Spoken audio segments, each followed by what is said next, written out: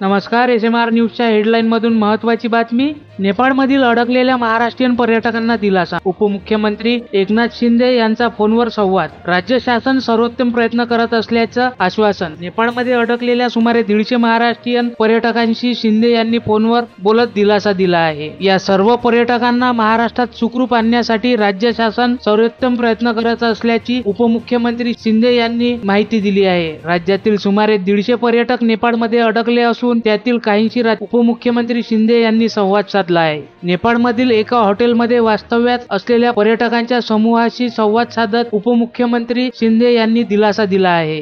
रामभाऊ, तर ते हो तर तुम्ही तिकडे आता काय आहे, एकमेकाला सगळ्यांना हे करा, धीर द्या, घाबरू नका कोणी पण. आणि इथून आता आपण संपर्कात आहोत. कसं तुम्हाला सुरक्षितपणे इकडे आणायचं त्याबद्दल काम चालू आहे आपलं.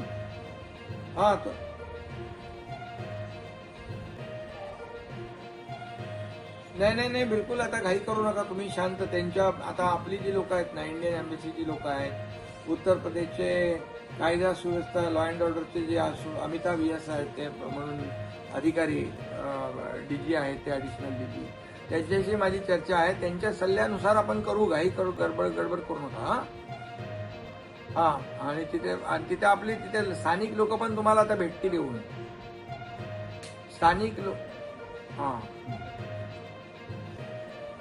आता आपण करतोय ते व्यवस्था. तुम्ही आता शांतपणे, म्हणजे तुम्ही ऍडवाइस शिवाय, त्यांच्या सल्ल्याशिवाय आपण करूया नको. सल्ला त्यांचा घेऊ, कसं आपल्याला सुरक्षितपणे, सेफ्टी काय आहे ते बघू.